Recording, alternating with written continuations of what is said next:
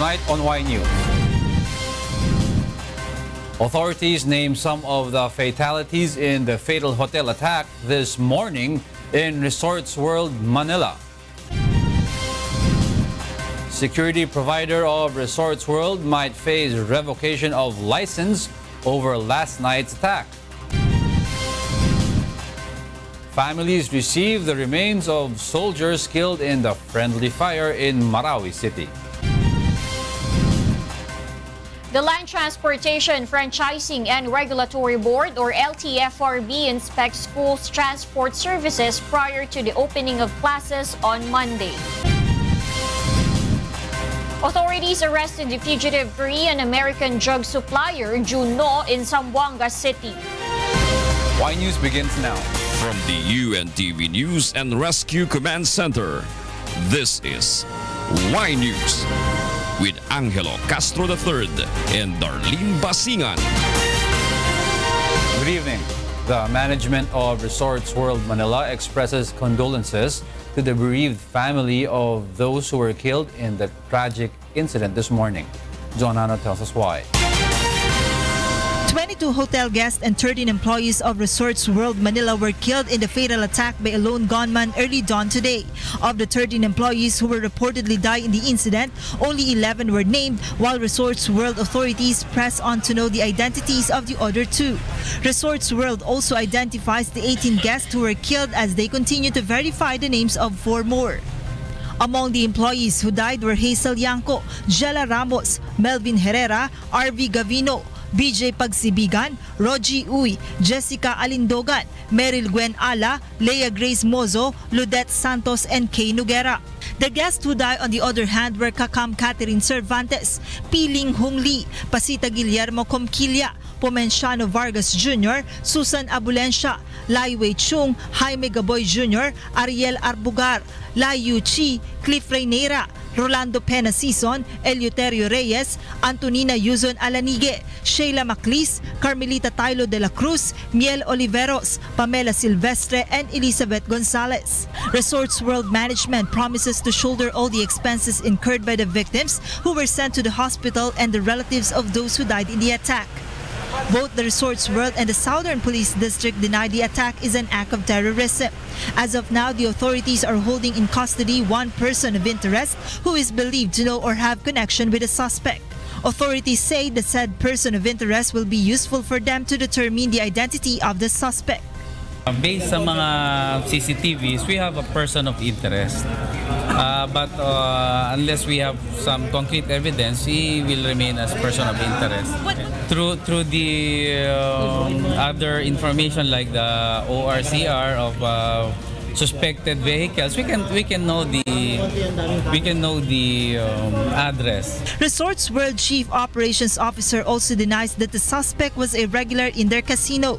Resorts World also confirmed that their security personnel was able to shoot the suspect, who sustained wounds on his legs, and because he was bleeding profusely, he trapped himself in a room where he reportedly burned himself. Meanwhile, other casino owners will implement stringent security measures in their facilities. Hong Kong billionaire and casino magnate Lawrence Ho, who owns the City of Dreams Manila, says they will not compromise the safety of their employees and hotel guests. With an incident like this, especially at Resorts World Manila, we certainly would ratchet up that even more. Ultimately, the safety of our customers and guests and our employees, our stakeholders, is of paramount importance, and so that is certainly an issue that will buckle down. Joan Nano, UNTV News and Rescue, Pasay City. The Philippine National Police sets aside act of terrorism as the motive behind the incident at Resorts World Manila this morning, since the suspect did not shoot people inside the hotel. Asher Kadapan Jr. explains why. The Resorts World Manila in Pasay City is now on lockdown following the incident of shooting and immolation inside the upscale casino hotel complex early dawn today. Authorities explained that based on the CCTV footage around the building, the suspect entered through the second floor of the garage of the Resorts World with a bag. He immediately went to the casino area where he fired shots at the TV screens. The suspect was using a long firearm smaller than a baby Armalite and a short firearm. The shooting caused panic among the people inside. Customers immediately ran out of the building while others tried to hide inside the building. The suspect also allegedly brought forth a bottle with 2 liters of gasoline and poured it on 2 casino tables. Afterwards, he set it on fire. He then went to the stock room where the casino chips were stored and stole about 130 million pesos chips. The attacker's movement prompted authorities to rule out terrorism as among the possible motives behind the incident. Well, actually, the motivation, we really could not tell the motive of the perpetrator, no. Pero apparently, he's mentally disturbed, no. At nakita naman natin, that's why we could not relate it to we cannot relate it to terrorism, is because he did not shot anybody, no. Wala siyang sinaktan doon, wala siyang binaril. He just went inside. He burned the gaming tables, no. At pinagbabaril niya is the doorknob of the storage where the chips were kept, and he stole 113 million worth of casino chips. At 6 in the morning, Police Director Oscar Albayalde announced that the charred remains of the suspect was found in a room in 5th floor of the hotel. Meanwhile, more than 50 were hurt due to a stampede as people tried to get out of the building, including a guard who accidentally shot his leg. The severely wounded were immediately brought to the hospital. The management of Resorts World Manila vows of providing medical assistance to the victims. In an official statement of the management of Resorts World Manila, it confirms that aside from the suspect, 35 others died from suffocation due to thick smoke. Of the said number, 22 were guests while 13 were employees of the casino hotel. Some windows of the building were needed to be broken so that the thick smoke would come out. Asher Kadapan Jr., UNTV News and Rescue, Pasay City.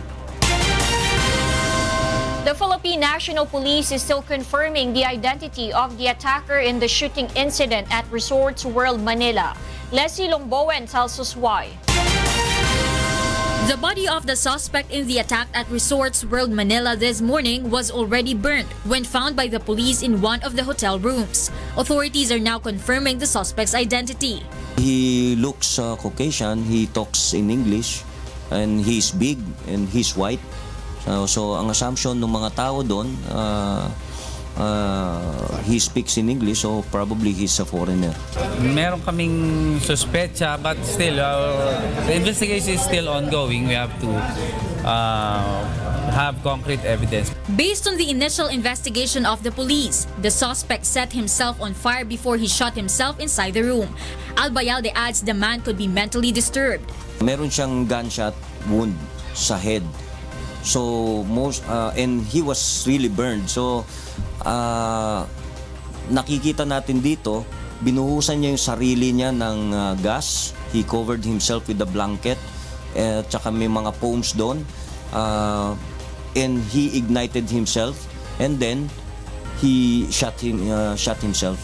Meanwhile, PNP allayed security fears of the public after the incident. Maganda yung prevailing peace and order dito sa Metro Manila. We have not monitored any threat on terrorism dito sa Metro Manila. Well, wala naman tayo namomonitor na threat, no? Our intelligence community is in constant monitoring of the possible mga threat groups.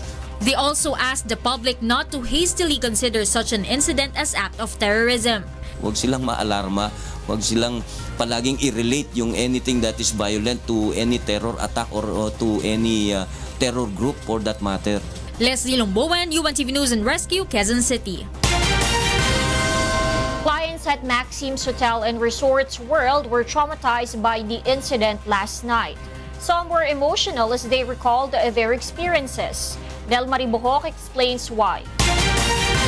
Roscoe Fernandez was one of those who checked into a room at the Maxim's Hotel just several steps from the lone gunman.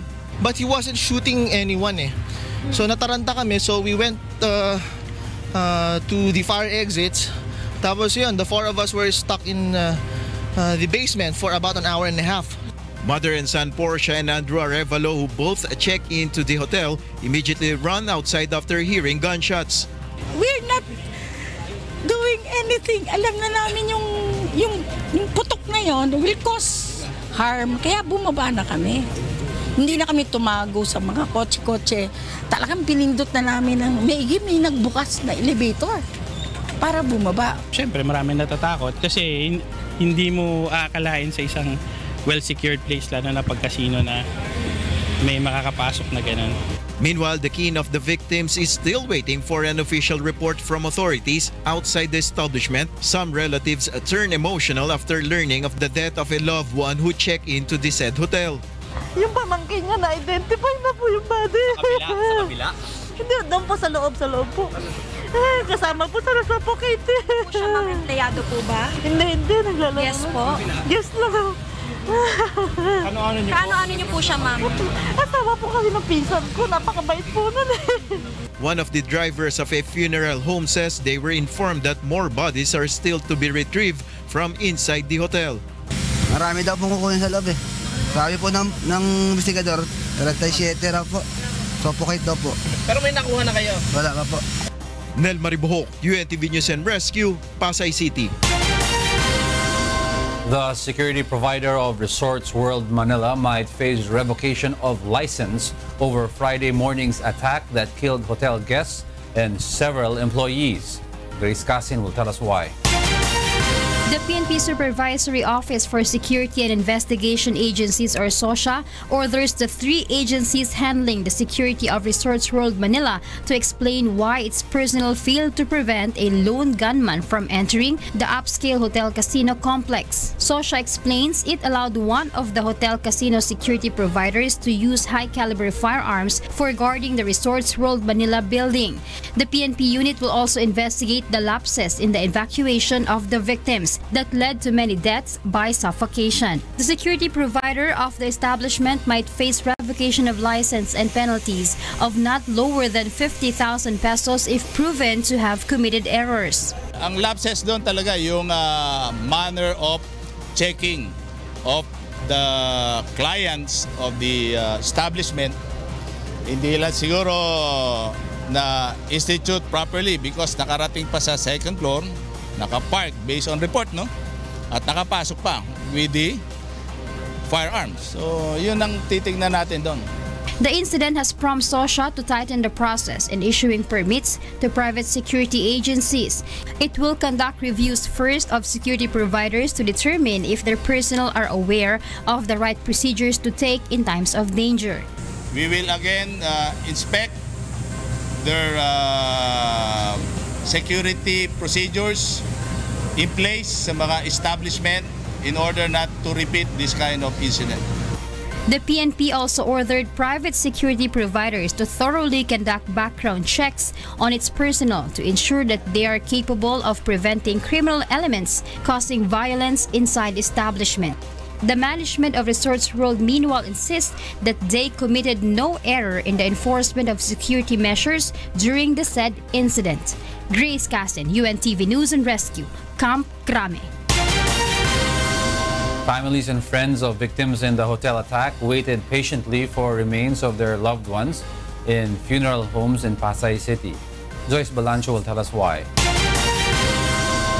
At least 23 bodies of victims from the Resorts World tragedy are taken to funeral homes today.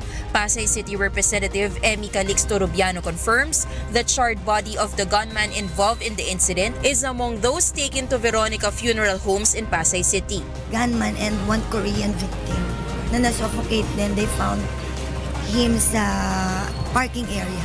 Kaya agad-agad siya na i-transport. Aside from the suspect's body, the remains of a Korean-looking individual was also rushed here in the morning. Vans arrived in the afternoon taking in 16 more unidentified bodies labeled only as John Doe's. Families and friends of victims waited patiently for the remains of their loved ones. 57-year-old Magdalena Ramos wishes to see the remains of her friend Merly Oliveros, who died in the tragedy. Magdalena was among those players in the casino who managed to escape. Ay marami kami, naghiwa-hiwalay na kami. Magkahiwa-hiwalay na kami kasi nga exit kami dun sa kitchen. may sumalubong naman putok sa amin. So, balik na naman na kanya-kanya na kaming tago. Kaya hindi po pwedeng isa lang yung pumasok doon na nag-ano. Menji Cubarubias was also worried for his fraternity brother who was in the casino when the tragedy happened. He said his friend is missing and is not included in the list of confirmed dead individuals. So hinahanap ko yung aking fraternity brother. Of course, we're very close. Inaalalayan ko yung pamilya, yung asawa. So hinahanap namin siya. Hindi pa namin siya nakikita. Doon sa kinilalang namatay na, wala doon yung pangalan niya. Meron daw 3 lalaki pang unidentified. So inaantay namin yung body na yon at kikilalanin namin. Now families and friends are emotionally waiting for the result of the autopsy for the identification of bodies taken here. Meanwhile, Southern Police District confirms that the number of injured individuals has risen to 78.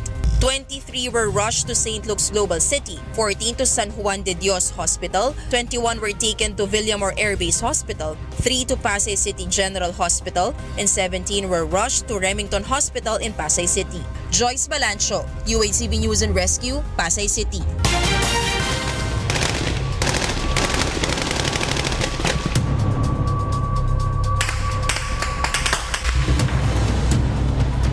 Relatives of the soldiers killed in the friendly fire in Marawi City had no choice but to welcome the sad homecoming of their loved ones. Victor Cosare tells us why. Members of the Villanueva family are grieving over the death of Sergeant Joseph Villanueva. He was one of the soldiers accidentally hit by an air assault of the SF-260 Warrior aircraft in Marawi City last Wednesday.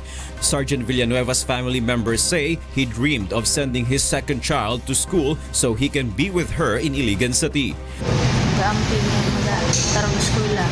The remains of Villanueva and of the 10 other soldiers killed by what authorities claim a friendly fire had already been brought to Iligan City.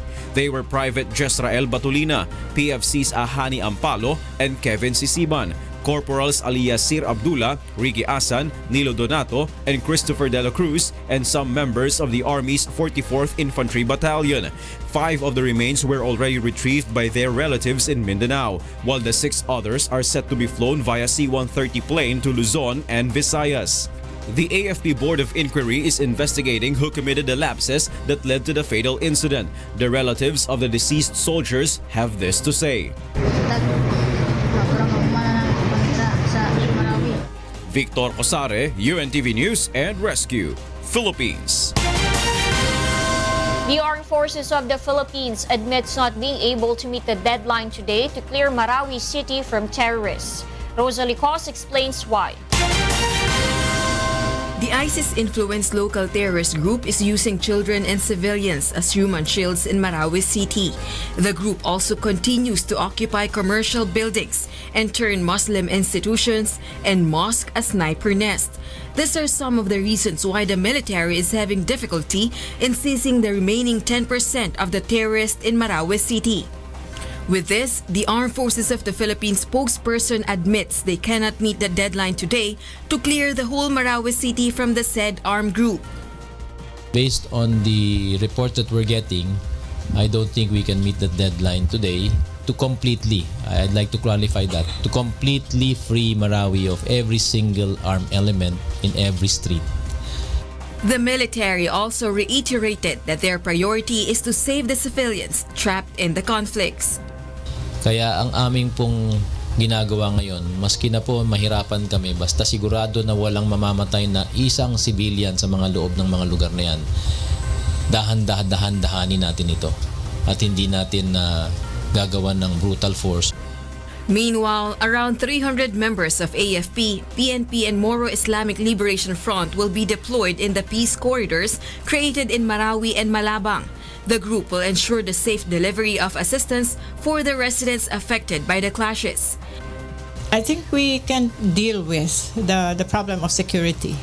So yan ang main dyan. Pagka nabukas na natin yan, then the food can come in, the relief assistance can come in. So I think we're very good with the kind of mechanism we are setting up.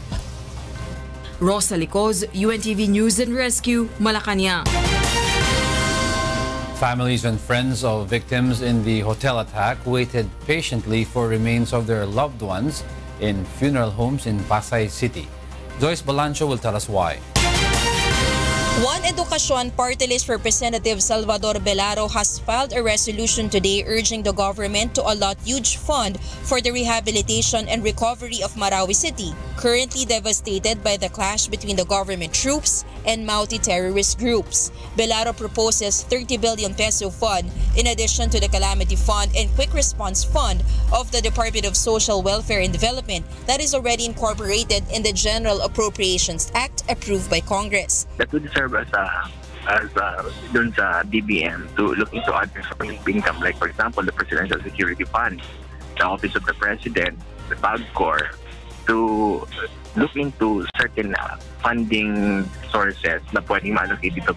The said fund can be used for education, training and scholarship programs as well as for the repair and reconstruction of infrastructures damaged by the conflict. The city was destroyed.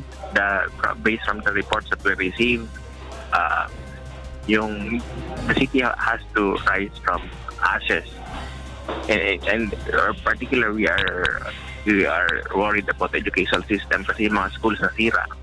Belaro is urging the Budget Department to include the fund to the proposed 2018 national budget, which will be discussed when the session resumes in July. It can be recalled that Budget Secretary Benjamin Jokno announced that the government has enough fund for the rehabilitation of Marawi City. It's in the budget. We'll move some funds for. Basta it can be accommodated in the 2017 budget. We will reprioritize, no? Halimbawa project mo na gagamitin mo pa sa fourth quarter, hindi mo pa naman alam yung hindi pa gumagalaw yon. Joyce Balancho, UNTV News and Rescue, Quezon City. That was Joyce Balancho's report regarding the Marawi Rehab Fund. Meanwhile, Health Secretary Pauline Obial denies accusations that she has links to Winston Q8, the Kuwaiti-based company that allegedly funds the Maute Group. Monokson explains why. Representative Harry Roque has divulged recently the alleged connivance of DOH Secretary Pauline Rosel Obial to the Kuwaiti-based company Winston Q8. And I want the security cluster to investigate Obial if she is complicit to the entry of terrorist groups in the Philippines, because she was the one who allowed Winston Q8 to operate again after Secretary Garin banned them from the Philippines. Roque claims Winston Q8 funds the Maute, the group of local terrorists wreaking havoc now in Mindanao. But the DOH explains Obial never conducted transactions with the Winston Q8. The Health Department says it was even Obial who ordered the closure of the Kuwaiti-based company last May 9, and not the former Health Secretary Janet Garin after discovering its violations. It is clear and of common knowledge to anyone involved in the industry that the DOH under my watch, that's the Secretary of Health, definitely shut down Winston Q8 and never at any facilitated their continued operation in the Philippines. The DOH also condemns what it claims as the proliferation of fake news that destroys the credibility of the incumbent secretary. How fabricating and disseminating fake news of this kind not only reflects very badly on the character and integrity of these perpetrators, but also maligns public servants who are unjustly criticized for something they never did. In a statement, Obial says she is ready to subject herself to a probe to reveal the truth. Mon Hokson, UNTV News and Rescue, Philippines. The 2 lanes along Marcos Highway in Antipolo City that will be affected by the construction of the LRT extension project are now closed to motorists. The said lanes from Cornell Hospital to SM City Masinag will be closed starting this afternoon until July 13, 2018.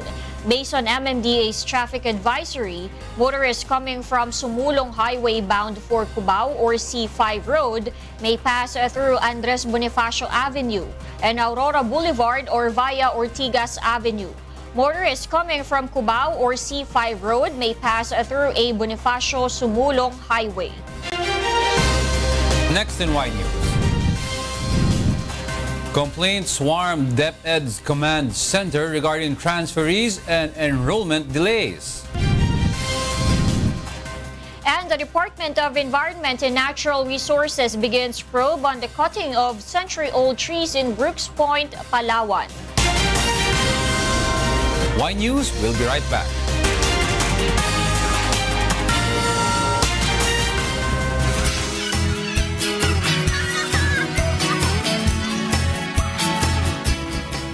The Metro Manila Development Authority, or MMDA, calls on local governments to maintain the cleanliness of areas near schools following a series of clearing operations by the agency.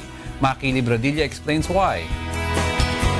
In preparation for the opening of classes on Monday, the Metropolitan Manila Development Authority, or MMDA, cleaned up the surroundings of the Ernesto High School in Quezon City and Ramon Magsaysay High School earlier this morning. They removed garbages that clogged drainages and posters glued to posts. They also painted the already blurry pedestrian lane in front of the school. The agency is set to clear off roads near schools in Metro Manila from illegally parked vehicles and vendors. But the MMDA appeals to barangays to help in maintaining orderliness to avoid a repeat of clearing operations. Yung mga vendors na nagbebenta sa mga daanan na pedestrian areas na hindi naman sila dapat nandun. Pagka cleared na yan, ite-turn over dapat ng MMDA yan sa mga barangay officials, sa mga local officials, at sila na ang magbantay doon. The MMDA warns local government units of facing complaints if they fail to maintain orderliness and cleanliness in areas that have already undergone clearing operations. Meanwhile, the management of Rondon High School is pleased to the agency's effort.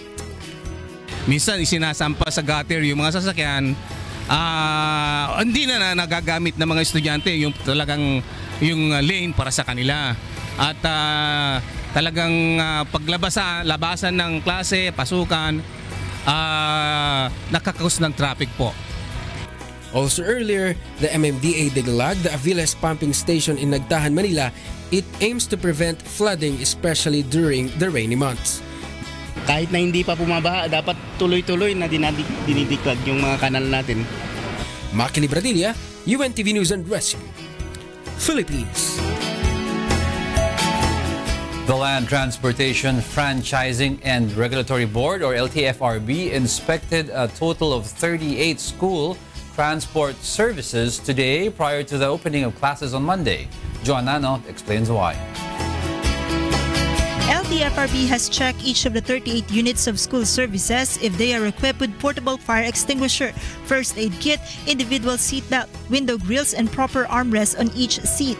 The agency also checked the vehicles if the brakes, horns, headlights, and wheels are properly in place and functioning for the safety of the students. Each unit was checked for franchise document to ensure that it is legitimate to service the children and covered under an insurance company. Under memorandum order issued by LTFRB in 2015, school transport service should be front-facing just like this one to minimize injuries among passengers in case of an accident. The order covers school transport service units like bus, minibus, and minivans, while FBL 300 vans are strictly prohibited. Some units are still side-facing, and LTFRB clarifies that they are not exempted.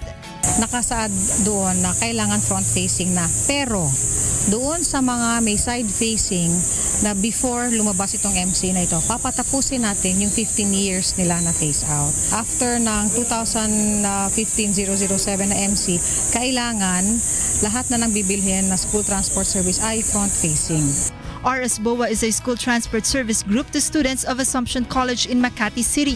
The group said each of their units is accompanied by a person they called bus mother, who assists the driver in attending to the children when getting in and off of the vehicle.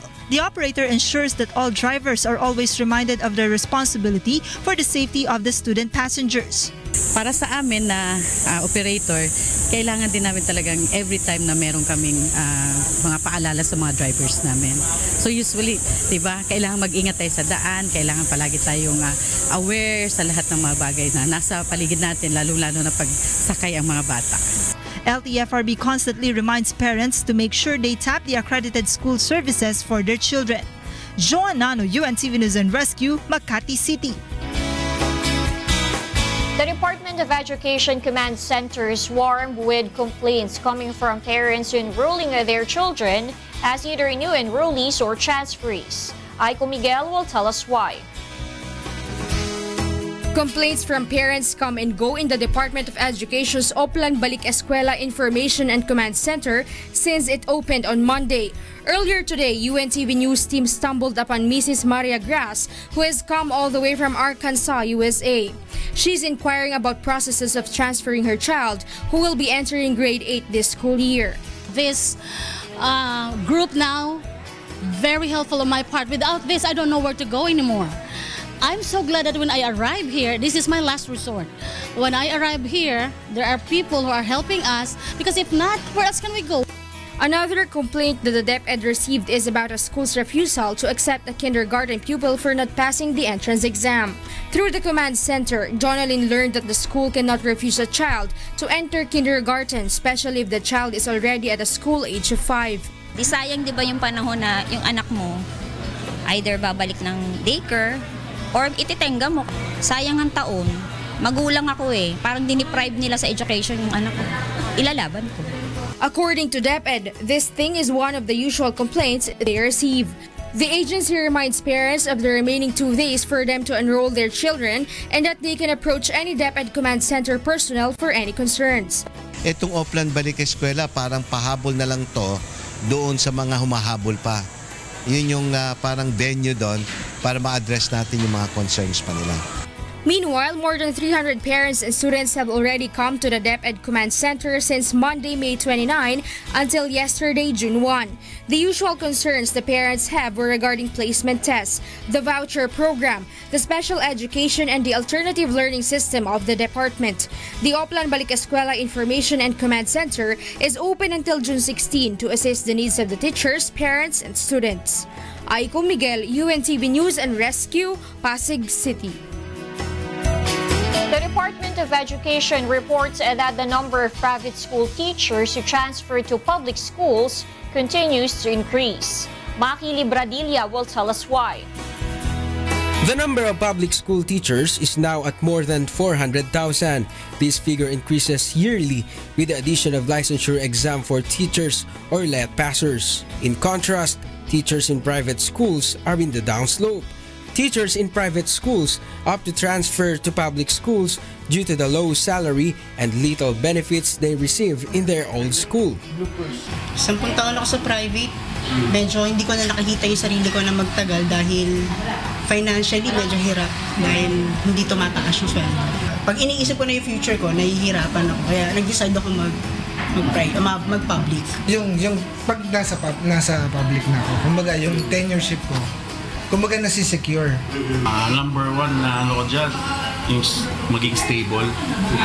Yung tenure, kasi sa private, habang tumatagal, parang walang nangyayari.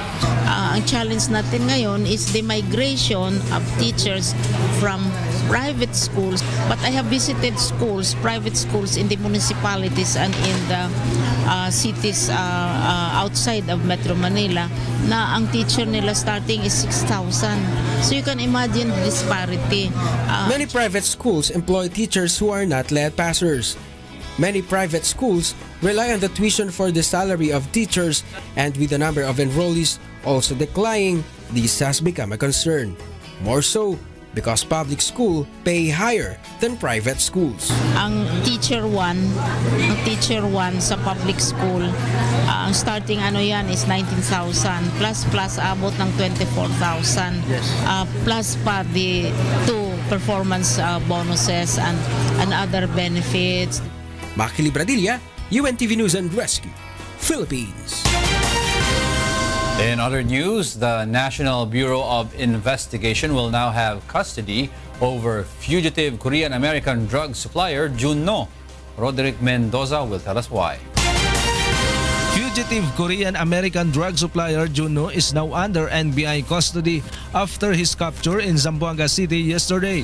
No has been in hiding for 1.5 months since he escaped from East Avenue Medical Center while recovering from surgery. NBI says He hid in Cebu City for almost a month, then proceeded to Zamboanga because he was planning to leave the country to Malaysia through backdoor exit. But operatives caught him in a computer shop in Barangay Tituan, Zamboanga City while he was checking the money coming from his family. Temporarily, he will be housed here at the NBI. He will be detained at the NBI. Depending on the order of the court later on, then he will be transferred kung saan ipapalipat. No claims he had thought of surrendering to the authorities after he slipped from police custody. I feel really, truly sorry. I'm really sorry. What happened because of me? I don't think so. So if he planned to surrender in Cebu City, he could easily do that. No? The Korean-American was previously arrested in an entrapment operation in Pasay City last April and was indicted for selling ecstasy. He will also be charged for escaping custody and for using fake ID and passport. Roderick Mendoza, UNTV News and Rescue, Manila. The Civil Service Commission reports an increase in the number of complaints it receives against government agencies. Mon Hokson discovers why. The Civil Service Commission, or CSC, receives more or less 300 complaints against various government agencies every day. Most of the complaints are about slow processing of documents, confusing process, and discourtesy of public employees. Chairperson Alicia De La Rosa Bala says most of the complaints are against SSS, LTO, GSIS, and Land Registration Authority. The CSC says although they have recorded more complaints now, there have been changes in the services the government offers to the public. One proof, the CSC says, is the nature of complaints being reported to them. Yung nature ng reklamo na nila ay naiba na.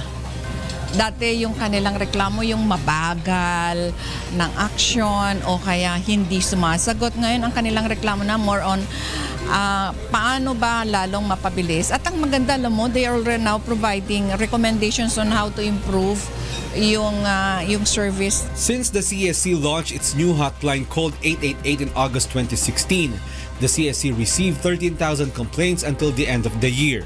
However, in just 3 months of this year, the agency had already received 3,000 complaints.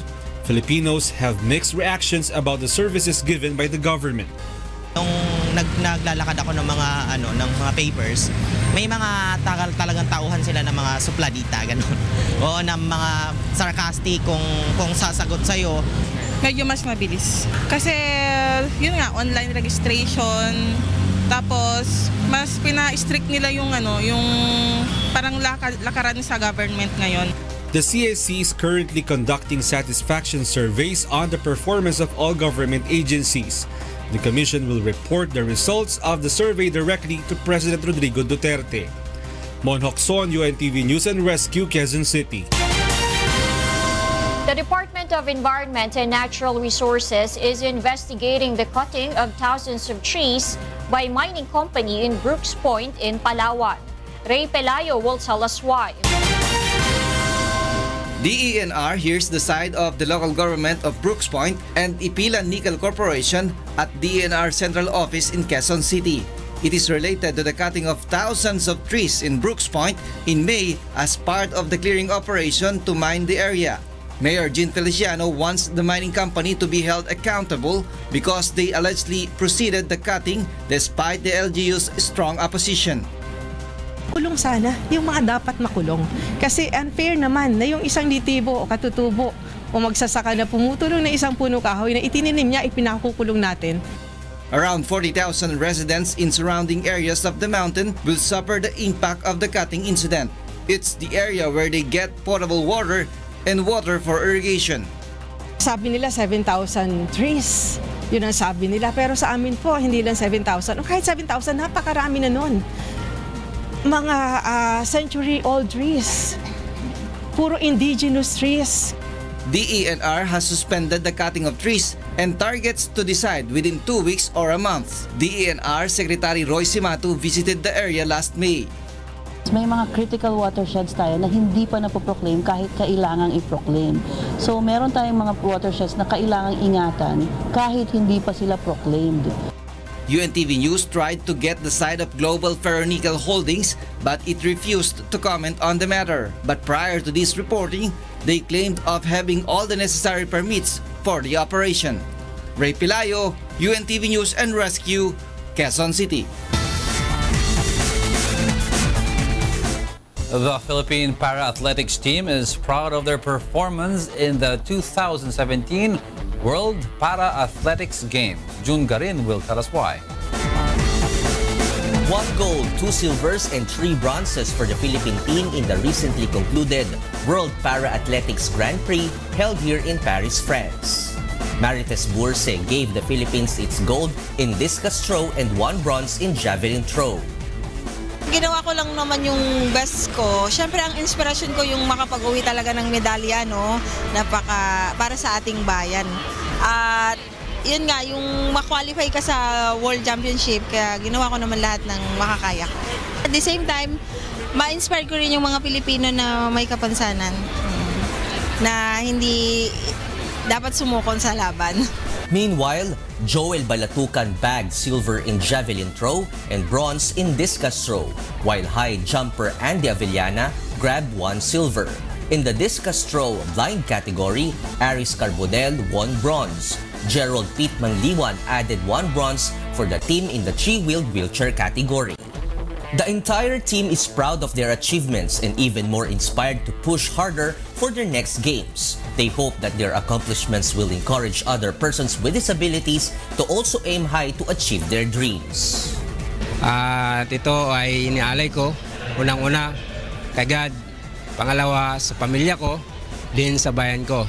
Sapagkat sila yung nagbibigay sa akin ng inspirasyon upang manalo at magpatuloy sa pakikibaka. Mga kapwa ko, mga may disability, patuloy silang mangarap, huwag silang panghinaan ng loob.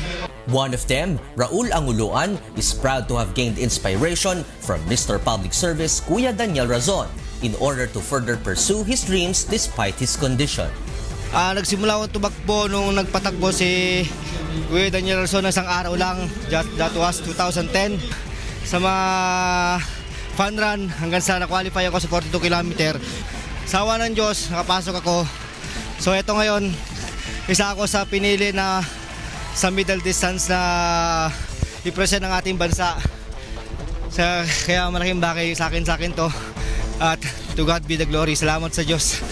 The World Para-Athletics Grand Prix 2017 is the qualifying event for the World Championships this year, which will be held in London, United Kingdom from July 14 to 26. June Garin, UNTV News and Rescue, Paris, France. Those are the reasons behind the news. June 2, 2017. I'm Angelo Castro III. Reasons we delivered to you as they unfold. I'm Darlene, Basingan. Because we need to know. We will always ask why. Thank you for watching. Why News.